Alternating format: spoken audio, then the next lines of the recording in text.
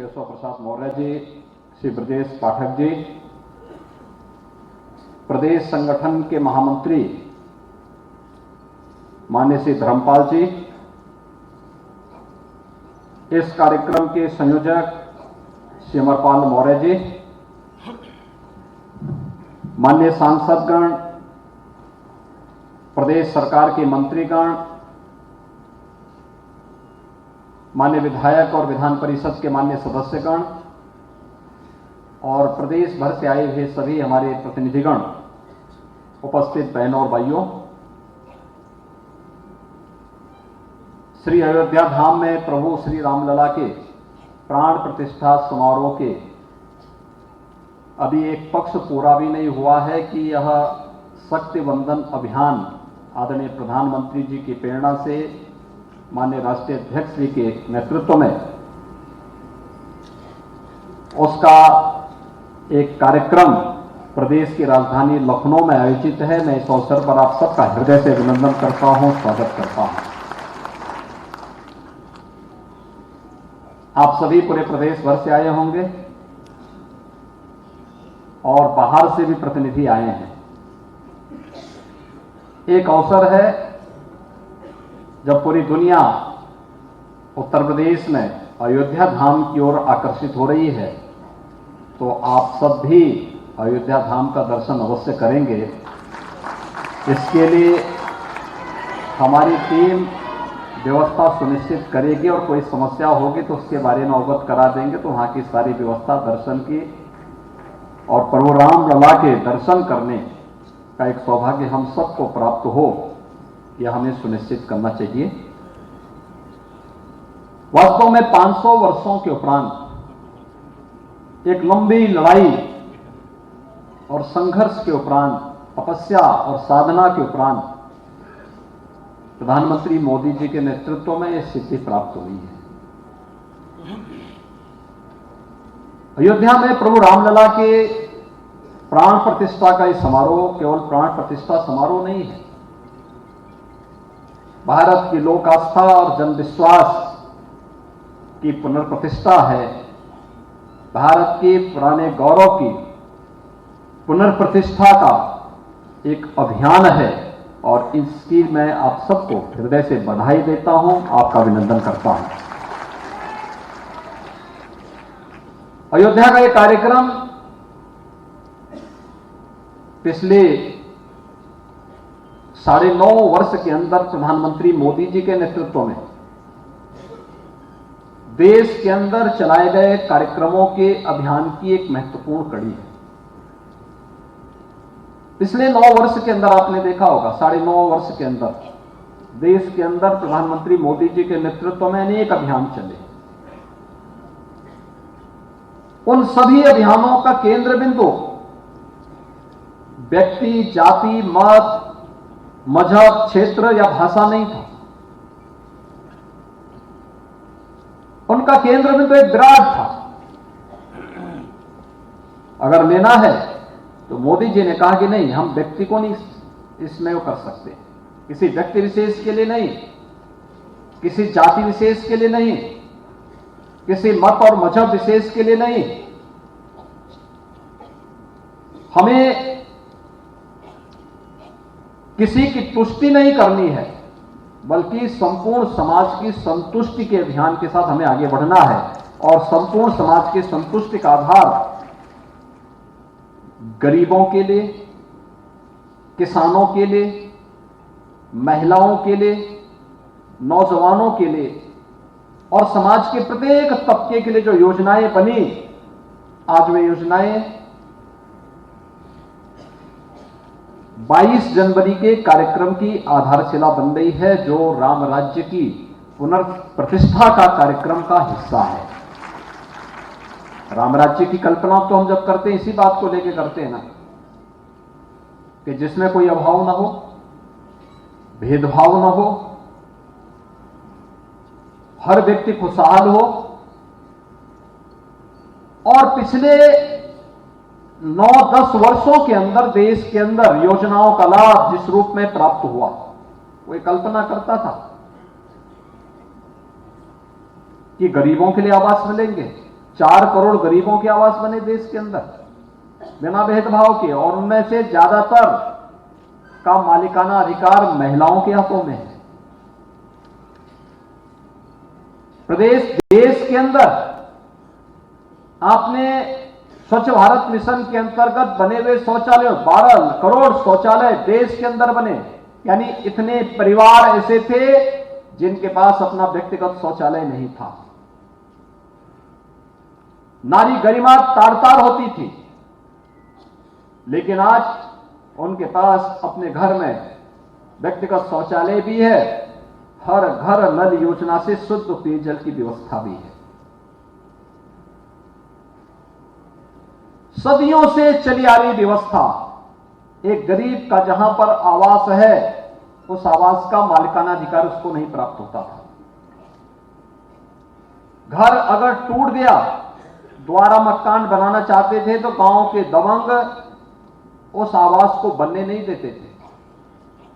PM स्वामित्व योजना के अंतर्गत देश के अंदर हर उस परिवार को जिसका गांव में जहां आवास है वहां का मालिकाना अधिकार का पट्टा भी उसे प्राप्त हो गया है, और यह पूरे देश के अंदर एक अभियान के रूप में हुआ है। पहली बार हुआ है। स्ट्रीट वेंडर के बारे में कोई नहीं सोचता था। एक स्ट्रीट वेंडर, ठेला, खोमचा, रेडी लगाने वाला व्यक्ति, लेकिन आज उसे ब्याज मुक्त ऋण उपलब्ध होकर के आर्थिक स्वावलंबन के मार्ग में अग्रसर किया गया है।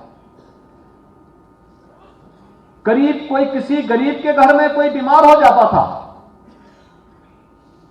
पूरा खेती बाड़ी गहने सब बिक जाते थे, कोई पूछता नहीं था, सगे संबंधी भी मुंह मोड़ लेते थे। लेकिन देश के अंदर 10 करोड़ परिवारों को, यानी जिसमें 50 करोड़ से अधिक लोग लाभान्वित होने जा रहे हैं, प्रधानमंत्री आयुष्मान भारत की योजना के साथ जोड़ करके उन्हें स्वास्थ्य के प्रति और संपूर्ण आरोग्यता के प्रति आश्वस्त प्रधानमंत्री आयुष्मान भारत की योजना कर रही है। इन सभी योजनाओं को, चाहे वह जनधन से लेकर के प्रधानमंत्री किसान सम्मान निधि तक का हो, इन सब का केंद्र बिंदु अगर कोई रहा है तो देश की वह आधी आबादी रही है, जो अक्सर घर की विपन्नता का शिकार सबसे ज्यादा महिलाएं होती थी। हिंसा की शिकार सबसे ज्यादा महिलाएं होती थी, चाहे वह घर के अंदर की हो या घर के बाहर की हो, या फिर किसी भी अन्य माहौल का सर्वाधिक शिकार कोई होती थी तो एक महिला होती थी।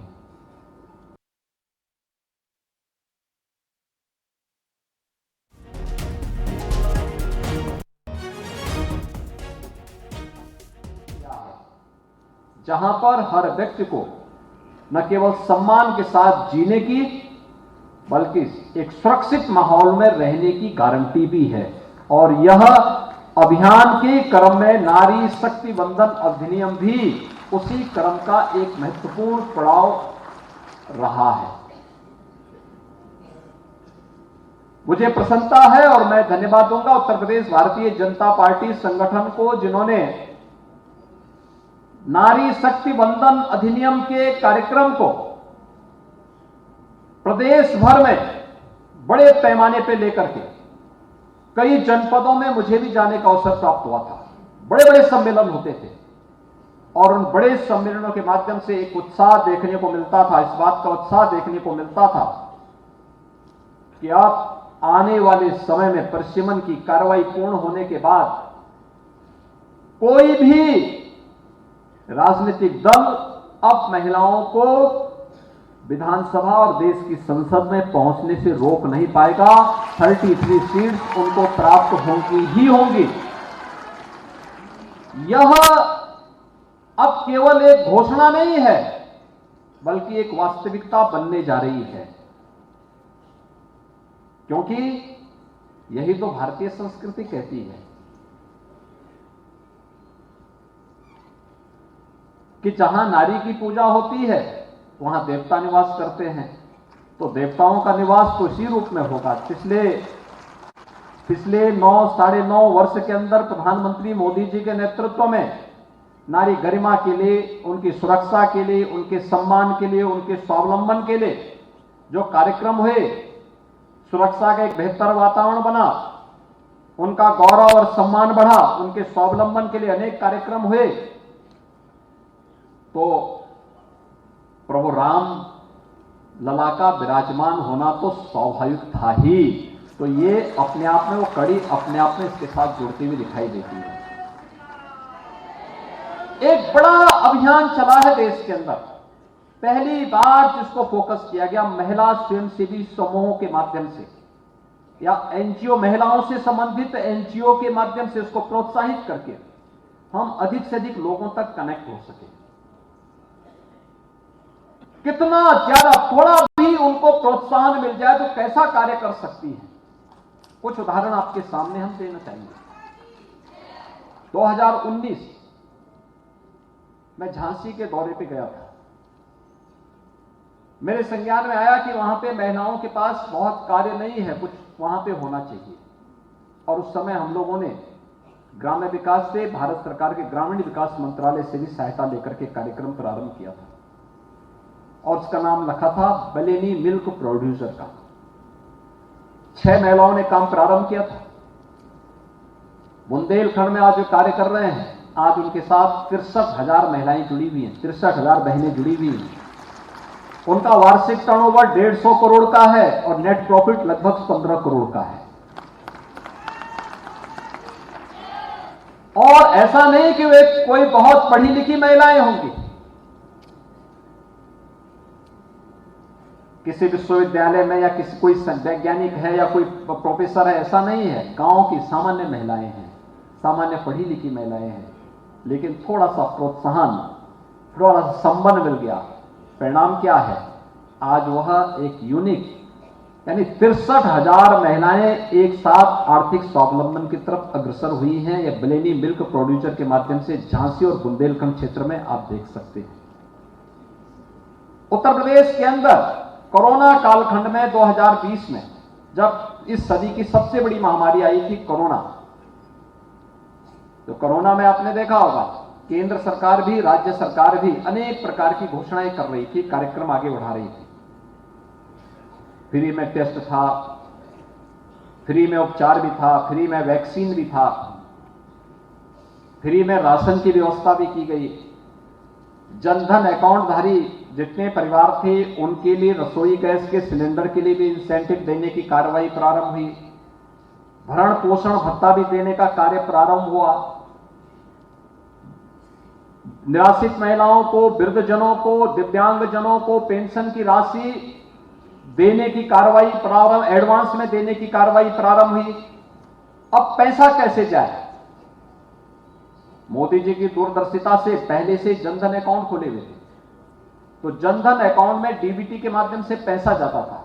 अब गांव के पास तक, बैंक तक पैसा पहुंच जाता था, लेकिन अगले दिन समस्या क्या खड़ी होती थी कि बैंक में लंबी लाइन लग जाती थी लोग पैसा निकालने वालों की।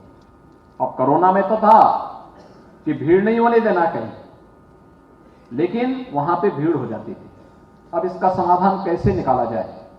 हम लोगों ने कुछ एक अभियान चलाया कि अगर हम बैंकिंग कॉरस्पॉन्डेंट सखी के अभियान को आगे बढ़ाएं, हर गांव में बैंक की कमी को पूरा करने के लिए इसमें केवल महिलाएं होंगी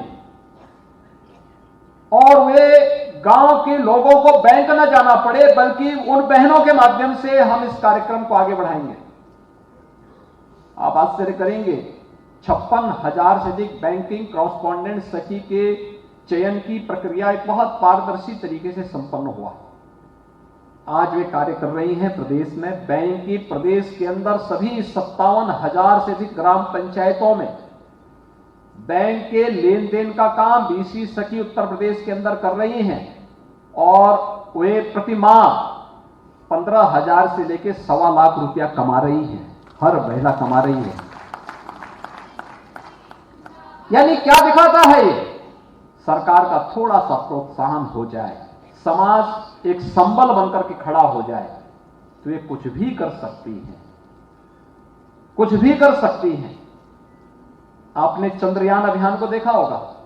चंद्रयान अभियान में जो महिला वैज्ञानिक हैं डॉक्टर रितु कारिधान, इसी लखनऊ की बेटी है। अभी हमने उत्तर प्रदेश गौरव दिवस के अवसर पर, उत्तर प्रदेश स्थापना दिवस के अवसर पर उनका उत्तर प्रदेश ने उत्तर प्रदेश गौरव सम्मान से उन्हें सम्मानित भी किया। यानी ये कार्यक्रम क्या बताते हैं कि थोड़ा सा प्रोत्साहन हम देंगे, थोड़ा सा उनके लिए एक सम्मानजनक मंच देंगे तो वे बहुत कुछ कर सकती हैं। और उसी कार्यक्रम के अंतर्गत मोदी जी का जनधन अकाउंट का कार्यक्रम हो, बेटी बचाओ बेटी पढ़ाओ का कार्यक्रम हो, मातृ वंदना की योजना हो या जीवन ज्योति बीमा योजना, ये सभी योजनाएं उसी के साथ जुड़ती हुई आगे बढ़ती हैं। तो उत्तर प्रदेश में भी हम लोगों ने मुख्यमंत्री कन्या सुमंगला योजना ये प्रारंभ की। 17 लाख बेटियां आज इस योजना के साथ जुड़ी हुई हैं। मुख्यमंत्री सामूहिक विवाह योजना, इसमें 3 लाख से अधिक बेटियों का दहेज मुक्त विवाह का कार्यक्रम संपन्न हुआ। और ये देख करके मैं आश्चर्य होता है कि जिस गरीब की शादी में पहले कोई नहीं जाता था, आज मुख्यमंत्री, उप मुख्यमंत्री, मंत्री, सांसद, विधायक, अधिकारी सभी लोग उन कार्यक्रमों में भागीदार बनते हैं और भव्य तरीके से पूरे गांव के लोग, पूरे आसपास के लोग, हजारों की संख्या में उन शादी विवाह के कार्यक्रमों में से लोग जुड़ते हैं। यानी अगर समाज के स्वावलंबन के कार्यक्रम को एक व्यवस्थित तरीके से हम आगे बढ़ाने का कार्य करेंगे तो उसके परिणाम भी आएंगे। एक महिला का साक्षर होना, एक महिला का स्वावलंबी होना न केवल उस परिवार की आर्थिक समृद्धि का कारण बनता है बल्कि समाज के स्वावलंबन का भी आधार बनता है। और स्वावलंबन के साथ साथ सुरक्षा का एक बेहतर माहौल भी उस पूरे माहौल में देखने को मिलता है। और हमारी सरकार तो इस बात के लिए गौरवशाली है। 2017 में जब हम लोग विधानसभा का चुनाव लड़ रहे थे, उस समय मोदी जी के आह्वान पर प्रदेशवासियों ने भारतीय जनता पार्टी को वोट दिया। विपक्ष के पास जिसके पास मुद्दा नहीं, उसने अनेक प्रकार से दुष्प्रचार करने का प्रयास किया 2022 में। लेकिन मैं देखता था, पश्चिम में जाता था, बुंदेलखंड में जाता था, मध्य उत्तर प्रदेश में जाता था, पूरब में जाता था। पुरुषों में हो सकता कोई कंफ्यूजन रहा हो, लेकिन प्रदेश की माताओं और बहनों ने तो एकजुट होकर कहा कि वे हम कमल के अलावा कहीं कोई वोट नहीं देंगे। सबने कहा, मैं देखता था जहां जाते थे और वे महिलाएं अपने घर के पुरुषों को टोकती थी इस बात को लेकर के कि जो सरकार सुरक्षा दे रही है, जो सरकार सम्मान दे रही है, उस सरकार के साथ खड़ा न होना संदेह पैदा करता है उन लोगों के ऊपर। अपने परिवार के ऊपर इस प्रकार की टिप्पणी उनके द्वारा की जाती थी और वे खड़ी हुई। परिणाम क्या रहा? 2022 में भी प्रधानमंत्री मोदी जी के नेतृत्व में भारतीय जनता पार्टी की फुल मेजॉरिटी की सरकार प्रदेश में बनती है। यानी एक सकारात्मक अभियान अगर हम आगे लेकर के चलते हैं, उसके परिणाम भी सकारात्मक आते हैं। और उस सकारात्मक परिणाम को आगे बढ़ाने के क्रम में प्रदेश सरकार ने भी अलग अलग स्तर पर 2020 में हम लोगों ने महिलाओं की, बालिकाओं की सुरक्षा के लिए 2017 में आने के साथ ही एंटी रोमियो स्क्वाड को हर थाना क्षेत्र में सक्रिय किया।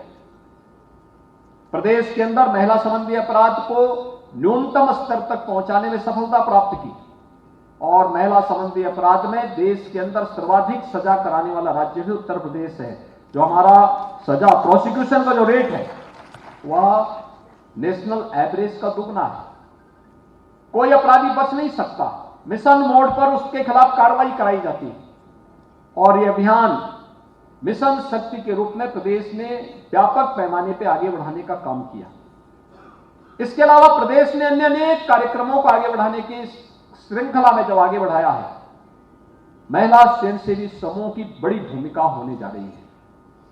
महिला स्वयंसेवी समूह या इनसे जुड़ी हुई बीसी सखी हो या टेक होम राशन की व्यवस्था को आगे बढ़ाने का कार्यक्रम, ये सभी ऐसे कार्यक्रम हैं जिन कार्यक्रमों को अगर हम लोग हर उस परिवार के साथ संवाद बनाएंगे, देश के अंदर 10 करोड़ बहनों के साथ संवाद बनाना है, 10 करोड़ परिवारों के साथ इन बहनों के माध्यम से संवाद बनाना है, एक बड़ा लक्ष्य है। और प्रदेश में भी अगर हम इस अभियान को इसी गति के साथ आगे बढ़ाते हैं, जितनी महिला स्वयंसेवी समूह हैं, जितनी भी टेक होम राशन से जुड़ी हुई बहनें हैं, जितने भी बीसी सखी हैं, कन्या सुमंगला योजना से लाभान्वित है, मातृवंदना योजना से जुड़ी हुई लाभार्थी है, जनधन अकाउंट धारी है, या फिर प्रधानमंत्री उज्ज्वला योजना या प्रधानमंत्री सौभाग्य योजना का, ये जितने भी अभियान हैं, इन सभी अभियानों के साथ अगर हम प्रभावी ढंग से आगे जोड़ने का कार्य करते हैं तो कोई कारण नहीं कि आने वाले समय में या आधी आबादी 2024 में जब प्रधानमंत्री मोदी जी के नेतृत्व में तीसरी बार प्रधानमंत्री मोदी जी का देश के अंदर प्रधानमंत्री के रूप में फिर से उन्हें भारी बहुमत के साथ चुने जाने की बात आएगी, तब उसमें सबसे बड़ी भूमिका अगर किसी की होगी तो हमारी आधी आबादी की वो भूमिका दिखनी चाहिए। और इसके लिए अभी से इस कार्यक्रम के साथ हमें जुटना पड़ेगा और उस अभियान को हम तेजी के साथ आगे बढ़ा पाएंगे।